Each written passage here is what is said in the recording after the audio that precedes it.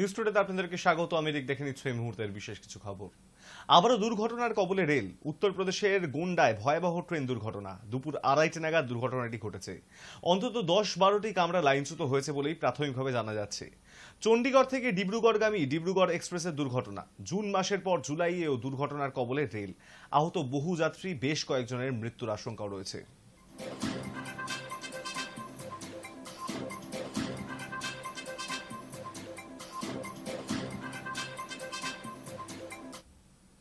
লোকচক্ষুর অন্তরালে গিয়েও শেষ রক্ষা হয়নি। বুধবার গভীর রাতে কুলতলি কাণ্ডে মূল পাণ্ডা সাদ্দাম সর্দারকে গ্রেপ্তার করেছে পুলিশ। বৃহস্পতিবার বেলায় একটি সাংবাদিক বৈঠক করেই বারুইপুরের পুলিশ সুপার পলাশ চন্দ্র ঢালি জানান, পুলিশের ওপর হামলা চালানোর ঘটনায় এখনো পর্যন্ত সাদ্দাম সহ মোট 5 জনকে গ্রেপ্তার করা হয়েছে। সাদ্দামের ভাই শায়রুল সহ আরো বেশ কয়েকজনের খোঁজে তল্লাশি চালাচ্ছে পুলিশ। বৃহস্পতিবার এসপি জানান, গোপন সূত্রে খবর পেয়ে সাদ্দামকে গ্রেপ্তার করেছে পুলিশ। কুলতলির ঝুপঝাড়ির বানিরধল এলাকায় একটি মাছের ভেড়ির আলাঘর থেকে গ্রেপ্তার করা হয়েছে তাকে। সাদ্দামের পাশাপাশি ওই ভেড়ির মালিক তথা কুলতলির সিপিআইএম নেতা মান্নান খানকেও গ্রেপ্তার করা হয়েছে। সাদ্দামের বিরুদ্ধে যে প্রতারণা চক্র চালানোর অভিযোগ উঠেছে তাতে মান্নানও যুক্ত ছিলেন বলেই বৃহস্পতিবার জানিয়েছে পুলিশ। অতীতেও মান্নানের বিরুদ্ধে একাধিক অপরাধমূলক কাজে যুক্ত থাকার অভিযোগ উঠেছে বলেও জানান পুলিশ সুপার।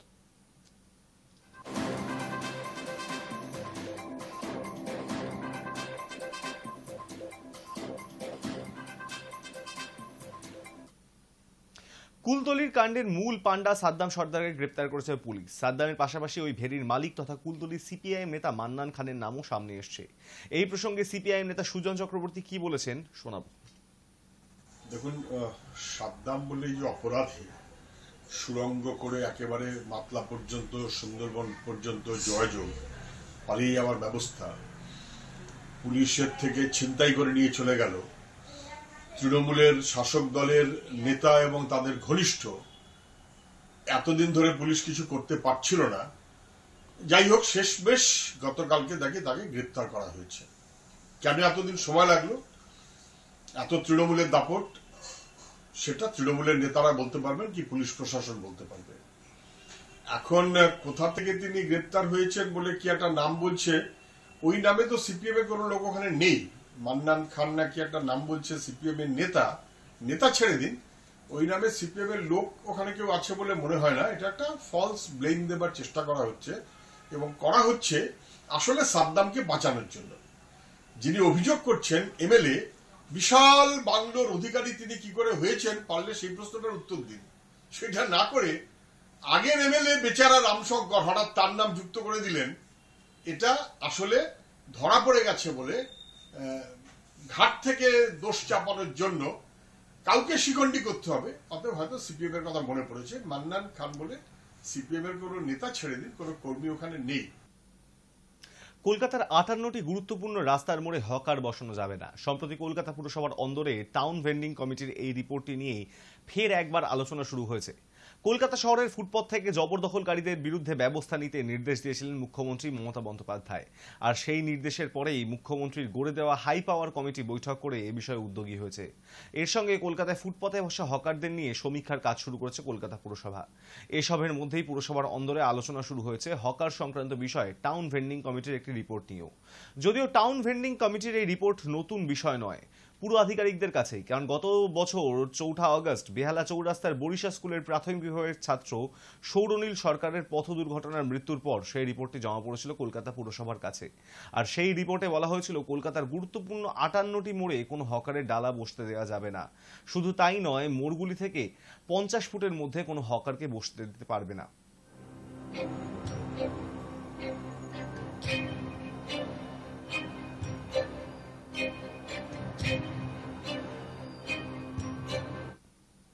মেদিনীপুর শহরের রাঙামাটি গেট বাজারে অগ্নিকাণ্ড, আগুন ভস্মীভূত একাধিক দোকানঘর। আগুনে ঝলসে মৃত্যু হয়েছে বছর 8-এর এক শিশুরও। বৃহস্পতিবার ভোরে রাঙামাটি গেট বাজারের কয়েকটি দোকান থেকে আগুন ছড়ায় এবং ধোঁয়া বেরিয়ে আসতে দেখেন স্থানীয়রা। ওই বাজারে সবজি, মাছ, মাংস, মিষ্টি, এমনকি ভুসিমালের দোকানও রয়েছে। সব মিলিয়ে প্রায় 10-12 লক্ষ টাকার ক্ষতি হয়েছে বলে অনুমান ব্যবসায়ীদের। স্থানীয় তরফে আরও জানা গিয়েছে, ভোর 3টে নাগাদ যখন বাজারে আগুন লাগে তখন আতঙ্কে চিৎকার করে বাড়ির বাইরে বেরিয়ে আসেন কয়েকজন। সেই সময় ঘুম চোখে বেরিয়ে আসে 8 বছরের শিশুটিও। গ্যাস সিলিন্ডার ফেটে তারই একটি অংশ ছিটকে এসে লাগে শিশুটির গায়ে। আহত অবস্থায় তাকে হাসপাতালে নিয়ে যাওয়া হয় এবং সেখানে চিকিৎসকরা তাকে মৃত বলে ঘোষণা করে। তবে কী কারণে আগুন তা খতিয়ে দেখা হচ্ছে। তবে দমকলের প্রাথমিক অনুমান শর্ট সার্কিট থেকেই অগ্নিকাণ্ডের ঘটনা ঘটেছে।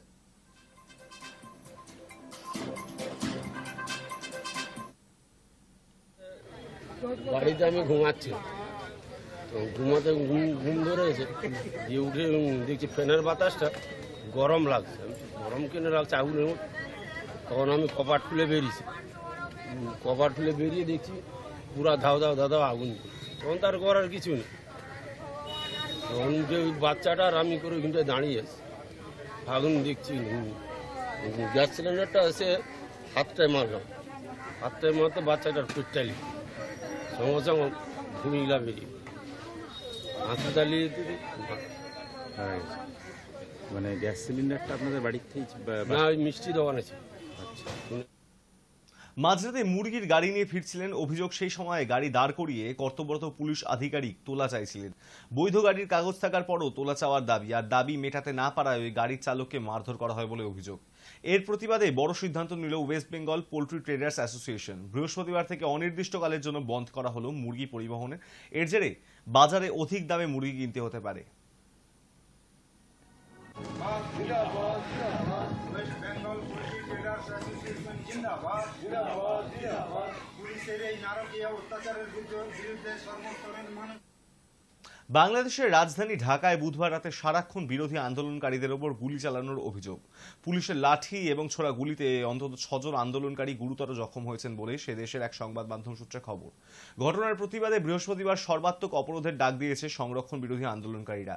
মঙ্গলবার সংরক্ষণ বিরোধী আন্দোলনকারীদের সঙ্গে পুলিশ এবং শাসক দলের আওয়ামী লীগের ছাত্র সংগঠনের সদস্যদের সংঘর্ষণে 6 জনের মৃত্যু হয়েছিল। আর বাংলাদেশের 3 শহর ঢাকা, চট্টগ্রাম এবং রংপুর এবং তারপরে বুধবার সমস্ত কলেজ বিশ্ববিদ্যালয় অনির্দিষ্টকালের জন্য বন্ধ ঘোষণা করে দেয়। পড়ুয়াদের ক্যাম্পাস ও হোস্টেল ছাড়ার নির্দেশ দেওয়া হয়। কিন্তু ঢাকা বিশ্ববিদ্যালয় সহ বিভিন্ন শিক্ষা প্রতিষ্ঠান খালি করতে গিয়ে বুধবার প্রতিরোধের মুখে পড়ে পুলিশ।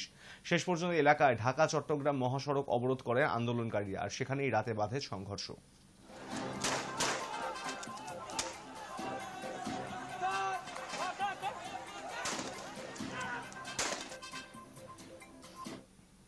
সংরক্ষণ বিরোধী ছাত্র যুবকদের সর্বাত্মক অবরোধ বা কমপ্লিট শাটডাউন কর্মসূচির জেরে কার্যত স্তব্ধ হয়ে গেল বাংলাদেশ।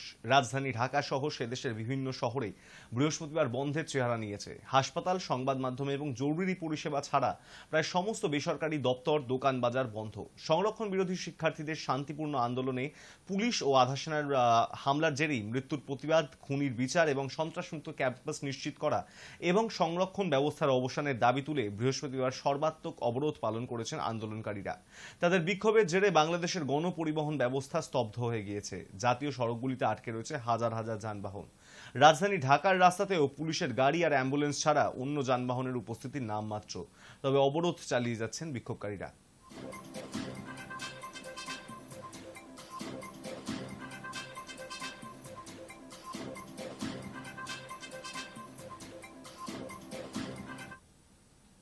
শুশুনিয়া পাহাড়ের রুক্ষ এলাকা সবুজে ঢাকতে পরীক্ষামূলকভাবে বীজ বোমার ব্যবহার করছে বন দপ্তর। পাহাড়ের বিভিন্ন অংশে সেই বীজ বোমা নিক্ষেপ করা শুরু হয়েছে, আর শ্বাস শুরু করেছে বন দপ্তর। শুশুনিয়া পাহাড়ে পড়ল সিড বোম। বাঁকুড়া জেলার শুশুনিয়া পাহাড় রাজ্যের পর্যটন মানচিত্রে অন্যতম পরিচিত নাম। প্রাকৃতিক সৌন্দর্যের কারণে পর্যটকদের কাছে পছন্দের জায়গা এই পাহাড়। বছরব্যাপী দূর দূরান্তের পর্যটকরা ছুটে আসেন এই পাহাড়ে। তবে শুশুনিয়া পাহাড়ের রুক্ষ এলাকা সবুজে ঢাকতে গত বছরই পরীক্ষামূলকভাবে বীজ বোমার ব্যবহার করেছিল বন দফতর। পরীক্ষামূলক সেই উদ্যোগ সফল হওয়ায় এবার আরও বেশি সংখ্যক বীজ বোমা তৈরি করে তা পাহাড়ের বিভিন্ন অংশে নিক্ষেপ করা শুরু করল বন দফতর। বন দপ্তর সূত্রে খবর, সব মিলিয়ে চলতি বছর 1000 বীজ বোমা ছোড়া হবে শুশুনিয়া পাহাড়ে। বাস্তুতন্ত্রের ক্ষেত্রে অত্যন্ত বড় ভূমিকা নেয় বট এবং অশ্বত্থ গাছ। এই দুই গাছেরই ধর্মীয় গুরুত্ব থাকায় কেউ সাধারণত এই গাছগুলি নষ্ট করে না। এই দুটি বিষয়কে মাথায় রেখে বীজ বোমা তৈরির ক্ষেত্রে ওই দুটি গাছের বীজকেই গুরুত্ব দেওয়া হয়েছে, জানিয়েছেন এশা বোস। আজকে আমরা আগের বছরের মতন শুশুনিয়া পাহাড়ে যে বীজ বোম ফেলেছিলাম সেইটার সাকসেস যেহেতু পেয়েছি, তো আমরা এইবারে আবার লার্জ স্কেলে আবার সেই বীজ বোম ফেলছি এবং কিছু কিছু চারাও আমরা শুশুনিয়া পাহাড়ের যে খালি জায়গাগুলো আছে সেইখানে রোপণ করব, কারণ আমাদের বন দফতরের এখন বন মহোৎসব চলছে, সেই উপলক্ষেই আমরা আজকের দিনটা বেছে নিয়েছি এই কর্মসূচি করার জন্য। এইবারে আমরা মোটামুটি 1000টা মতন বানিয়েছি, হয়তো আরও বানাবো ভবিষ্যতে। মানে এই বর্ষাকালটায় আমরা টার্গেট করেছি, মোটামুটি রেগুলার বেসিসেই আমরা একটু এগুলো নিক্ষেপ করব এবং পরিচর্যাও করব, যেখানে যা গাছ চারা উঠবে বা কিছু সেগুলোর পরিচর্যাও করব। এবারে এটা ব্যাপারটা একটু লার্জ স্কেলে করার ইচ্ছা আছে। একদম দেশি গাছ, দেশি যে বীজগুলো আছে বা যেগুলো পাথুরে জায়গাতে তাড়াতাড়ি বাড়বে বা পাথুরে মাটিতে শিকড়টা যে বীজগুলোর মানে যে গাছগুলোর শিকড়গুলো তাড়াতাড়ি ধরতে পারবে, যেমন বট, অশ্বত্থ, শিশু, ওই ধরনের গাছই আমরা বেশি এইবারে ব্যবহার করেছি। বিশেষত বট গাছটা এবং জোর গাছ যেটা, এই দুটো গাছই আমরা বেশি ব্যবহার করেছি।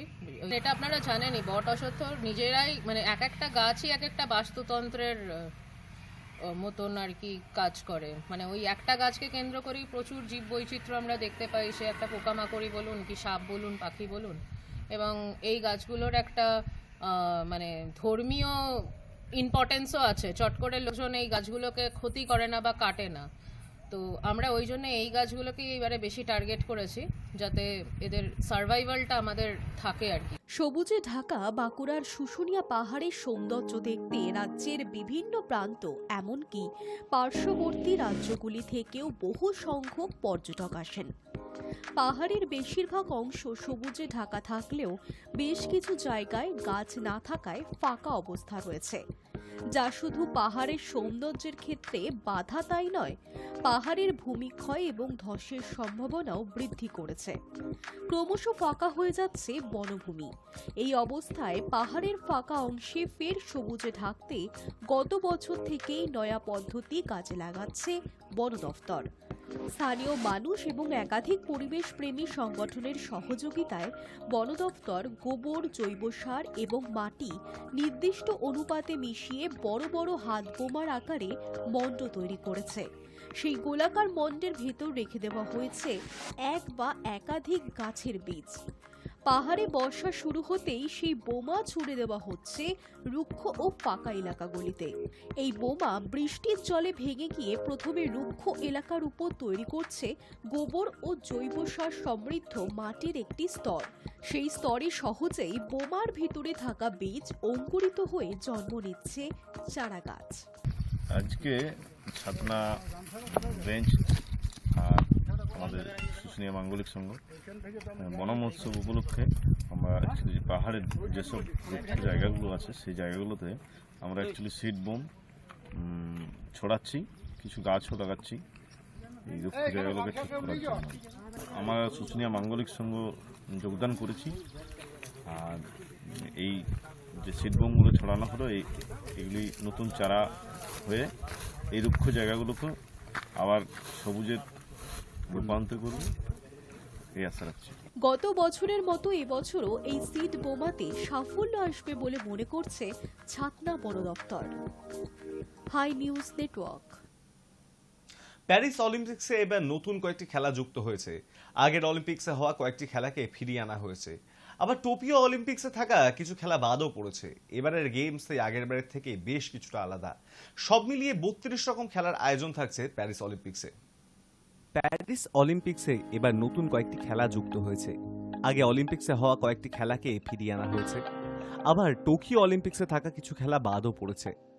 এবারের গেমস তাই আগের বারের থেকে বেশ কিছুটা আলাদা। সব মিলিয়ে 32 রকম খেলার আয়োজন থাকছে প্যারিস অলিম্পিক্সে। নতুন খেলা দুটি। ব্রেকিং, এবারই প্রথম অলিম্পিক্সে হবে এই খেলা। ব্রেকিং আসলে ব্রেক ড্যান্সেরই ক্রীড়ারূপ। 2018 সালে আয়োজিত যুব অলিম্পিক্সে প্রথম অন্তর্ভুক্ত করা হয় ব্রেকিংকে। মূল অলিম্পিক্সে অবশ্য এবারই প্রথম হবে এই ইভেন্ট। 2028 সালে লস অ্যাঞ্জেলস অলিম্পিক্সে জায়গা হয়নি ব্রেকিংয়ের। পুরুষ এবং মহিলা বিভাগে বিভিন্ন দেশ থেকে 16 জন করে অংশগ্রহণ করবেন। প্রথমে হবে রাউন্ড রবিন লিগ, তারপর কোয়ার্টার ফাইনাল, সেমিফাইনাল এবং মেডেল রাউন্ড। 9 জন বিচারকের সামনে পারফর্ম করতে হবে ক্রীড়াবিদদের।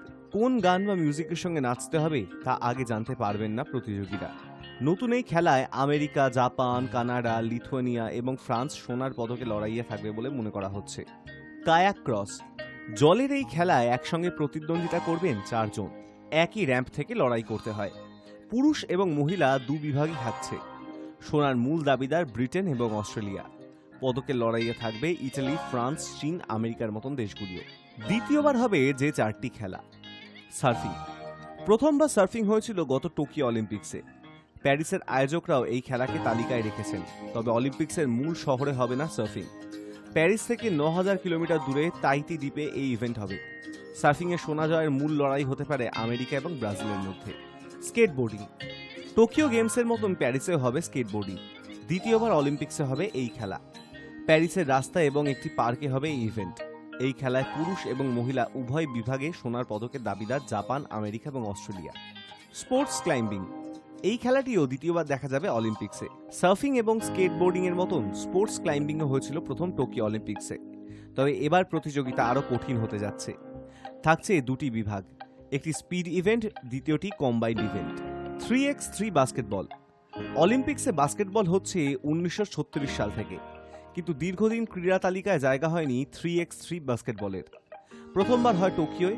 ফ্রান্সের অলিম্পিক্স আয়োজকরাও এই খেলাকে রেখেছেন। প্রতি দলে 3 জন করে খেলোয়াড় থাকেন। এই খেলায় পদকের লড়াইয়ে থাকবে লাটাভিয়া, আমেরিকা, সার্বিয়া, চীন, ফ্রান্স। পরিবর্তন যে 7টি খেলায়। আর্টিস্টিক সাঁতার, অলিম্পিক্সে আর্টিস্টিক সাঁতার নতুন নয়। এতদিন পর্যন্ত এই খেলা ছিল শুধুমাত্র মহিলাদের জন্য। প্যারিসে খেলবেন পুরুষরাও। অলিম্পিক্সে প্রথমবার পুরুষদের আর্টিস্টিক সাঁতার হবে। বক্সিং, মহিলাদের একটি বিভাগ যুক্ত হয়েছে বক্সিংয়ে, আবার পুরুষদের একটি বিভাগ এবার থাকছে না। সেলিং, এবার নতুন 2 ইভেন্ট হবে সেলিংয়েও। শুটিং, মিক্সড টিম ট্র্যাপ ইভেন্টের বদলে প্যারিসে হবে মিক্সড টিম স্কেট ইভেন্ট। ভারোত্তোলন, প্যারিস অলিম্পিক্সে পরিবর্তন হয়েছে ভারোত্তোলনেও। মোট 14টি ওজন বিভাগে লড়াই হয়েছে টোকিও পর্যন্ত। প্যারিসে হবে 10টি ওজন বিভাগে লড়াই। ভলিবল, এতদিন পুরুষ এবং মহিলা বিভাগে 12টি করে ভলিবল দলকে 2টি বিভাগে ভাগ করা হতো। গ্রুপ পর্বে 5টি করে ম্যাচ খেলতে হতো। এবার 12টি দলকে ভাগ করা হবে 3টি গ্রুপে, অর্থাৎ প্রথম রাউন্ডে 3টি করে ম্যাচ খেলতে হবে প্রতিটি দলকে।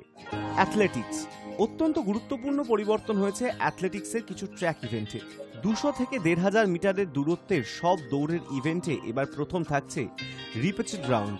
যেসব অ্যাথলিট হিটে হেরে যাবেন তারা সেমিফাইনালে ওঠার দ্বিতীয় সুযোগ পাবেন। অ্যাথলেটিক্সে পুরুষদের 50 কিলোমিটার হাঁটার ইভেন্ট দেখা যাবে না এবার। তার পরিবর্তে হবে ম্যারাথন মিক্সড রিলে, এটিও হাঁটার প্রতিযোগিতা। অলিম্পিক্সের নিয়ম অনুযায়ী নিয়মিত খেলাগুলির বাইরে 6টি খেলাকে আয়োজকরা অন্তর্ভুক্ত করতে পারেন। সেই নিয়মের সুযোগ নিয়ে প্যারিসের আয়োজকরা 2টি নতুন খেলা, ব্রেকিং এবং কায়াক ক্রসকে অন্তর্ভুক্ত করেছেন। টোকিওর প্রথম হওয়া 4টি খেলাকেও জায়গা দিয়েছেন ক্রীড়া তালিকায়। আবার 7টি খেলার ক্ষেত্রে প্রতিযোগিতার ফরম্যাটে বদল করা হয়েছে বা নতুন ইভেন্ট যুক্ত করা হয়েছে। Hi news network. News today এখন এই পর্যন্তই। দেখতে থাকুন হাই নিউজ, নির্ভীক, নিরপেক্ষ।